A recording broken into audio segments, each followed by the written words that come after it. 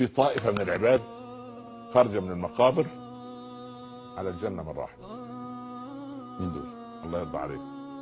سيدنا رضوان بواب بتاع الجنة كده. أي وكان من غير بواب يعني كده. أي أنتم لم ينشر لكم ديوان ولم ينصب لكم ميزان، كيف تدخلون الجنان؟ قال يا رضوان نحن لا نقف لا لحساب ولا لميزان ولا لنشر ديوان. أو ما قرأت القرآن؟ رضوان قرأ القرآن. قال وفي أي شيء من القرآن أقرأ؟